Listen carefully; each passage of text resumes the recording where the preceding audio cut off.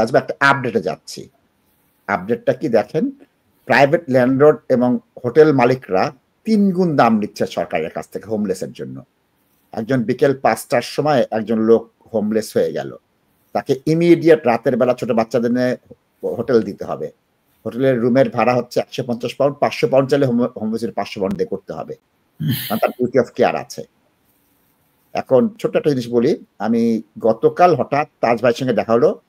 তাজ ভাই তো রোববার অফিস করে, অফিসে গেলাম, তাজ ভাইয়ের জন্য একটু কফি নিয়ে, তাজ ভাই কফি খাবে। বেচারা সকাল 6টা থেকে 8টা থেকে অফিসে নাই। কত মনে হয় 5-7 বছরের মধ্যে রোববার দেখি তাজ ভাই নাই।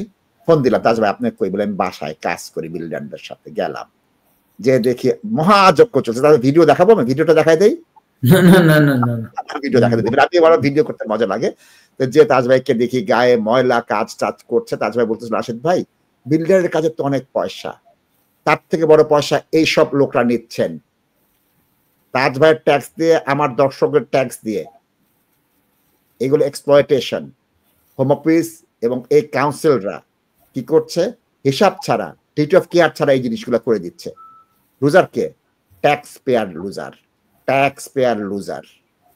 সুতরাং আমরা জানি আমাদের কষ্টার্জিত যে ট্যাক্স, এগুলো ভালোভাবে ব্যবহার করছে না। কে করছে না? কাউন্সিল করছে না, হোম অফিস করছে না, এনএচএস করছে না। এই যে বেড এন্ড ব্রেকফাস্ট আছে, এরা নিয়ে নিচ্ছে এবং কত প্রচলিত তার থেকে অনেক গুণ বেশি ভাড়া আদায় করছে। শুধু অ্যাওয়ারনেসের জন্য। নাসিব ভাই এটা দেখেন, আমাদের লুৎফুর ভাই কিন্তু টাওয়ার হামলেসের নাসিব ভাই অনেক নতুন নতুন অ্যাকোমোডেশন উনি ক্রিয়েট করতেছেন। তো নাসিব ভাই যেসব কাউন্সিলে এই প্রবলেম গুলো আছে নাসিব ভাই, অনেক ওরা তো বাইরে তাদের ইমার্জেন্সির জন্য ওরা কিন্তু বাসা বাড়ি কিনে রাখতে পারে, যেখানে তাদের এই ইমার্জেন্সি বেসিসে টেনেন্ট গুলারে নিয়ে নিতে পারে, rather than the wasting the councils money. এবং আমার এখনো নাসিব ভাই এই আপনি যেহেতু শেয়ারই করে ফেলছেন দর্শক, এই that's my second job, I enjoy doing the building jobs, okay? So আমার এইটাই বুঝে পড়ে না নাসিদ ভাই, এই দেশে ওরা নতুন বাড়িঘর করতেছে না কেন? এবং এটা তো আসলে একটা পাবলিক পলিসি ইস্যু নাসিদ ভাই। মানুষ যা ইনকাম করে তার সবই ইনকাম মানুষের অ্যাকোমোডেশনে চলে যায়। Why they are not doing this? Many of my community people, clients nowadays, ওরা কিন্তু লন্ডন না থেকে, বার্মিংহামে না থেকে, ওরা কিন্তু কার্ডিফ, সোয়ানসি, ব্রিস্টল ওইসব দিকে চলে যায় নাসিব ভাই। And I asked them the reason. The main reason is accommodation is too expensive. নাসিব ভাই কেন ওরা বাড়ি বানাইতেছে না? I do not understand this. এবং এই যাদের ইমিগ্রেশন ঠিক নাই, যারা আপনারা প্রাইভেটলি রেন্ট পে করেন, এইটা হচ্ছে কি ল্যান্ডলর্ডের আরেক এক্সপ্লয়টেশনের একটা হাব। বিকজ এখানে আপনারা ক্যাশ ইন হ্যান্ড দিতেছেন। তো এখানে যেটা হচ্ছে কি, এইসব ল্যান্ডলর্ডরা কিন্তু ক্যাশ ইন হ্যান্ড নাসিদ ভাই মানি হচ্ছে কি, এখানে সে কোনো রেন্টাল ইনকামও দেখাইতেছে না, কোনো মেনটেনেন্সও দেখাইতেছে না, কোনো কিছু দেখাইতেছে না। প্রচুর অ্যাকোমোডেশন আছে, ইস্টামের দিকে নিউহাম আছে, রেড ব্রিজ আছে, টাওয়ার হামলেস আছে নাসিদ ভাই। এখানে শিফট করে লোক থাকে, এটা শিফট করে আপনারা বুঝছেন দর্শক। এখানে সকালে একটা রুমে এক গুঁড়ো থাকে, রাত্রে এক গুঁড়ো থাকে। এবং এমনও ইনসিডেন্ট আই রিসেন্টলি হার্ড যে 5 বেডরুমের ঘরে 40 জন লোক থাকে, অ্যাকোমোডেট করে দিছে। এগুলা ওই কেন? আপনি যে জায়গা এখন বসে আছেন রেড ব্রিজ, আপনার এমপি সাহেব এই কাজ করছেন, বর্তমানে এমপি, মাথায় পাগড়ি দেয়া যে বেটা। এবং সে যদি জেরেমি করবেন লোক হতো, তাকে জেলে দিত। এই প্রধানমন্ত্রীর চামচা বলে তার কিছু হয় নাই। আপনার এলাকার কাউন্সিলের লিডার ছিলেন, এমপি, সব জায়গায় আসছে, লাইসেন্স করে নাই, 15টা বাসায় দিয়েছে। তাহলে এমপি এই কাজ করলে অন্য লোক কি করবে? তাজ ভাই,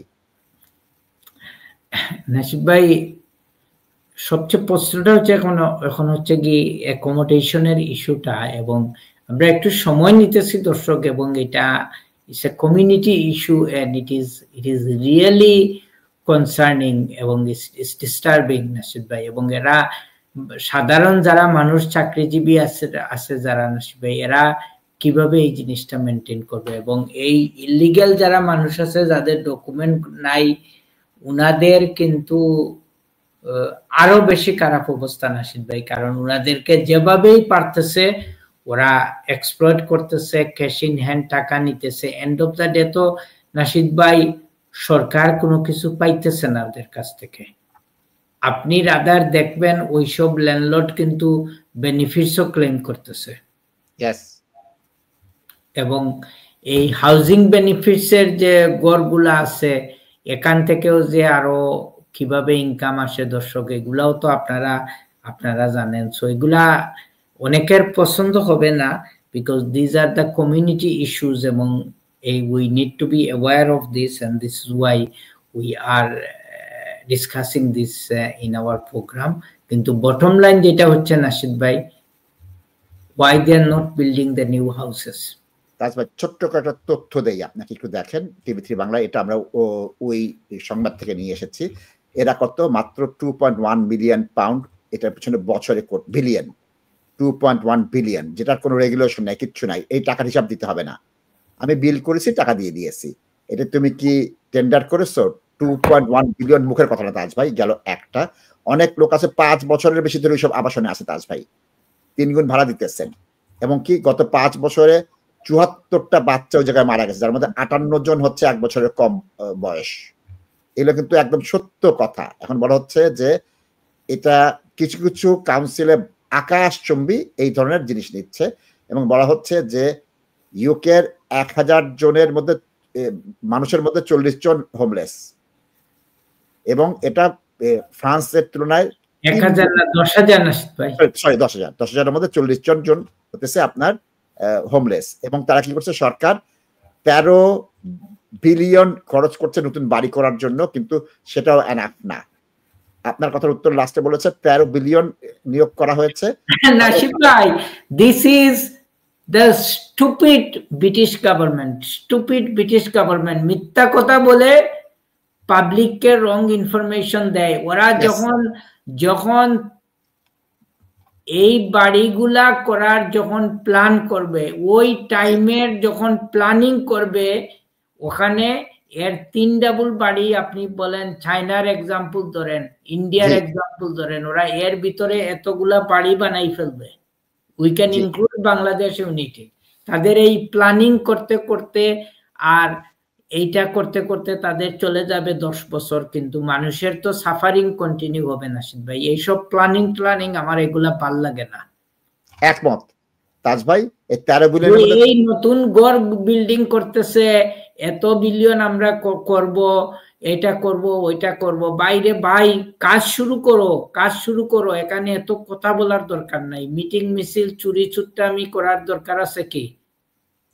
তাজ ভাইয়ের সাথে একমত, কল নিব। মিটিং মিছিল চুরি চুট্টামি দরকার নাই, বিল্ডিং তৈরি করা শুরু করো।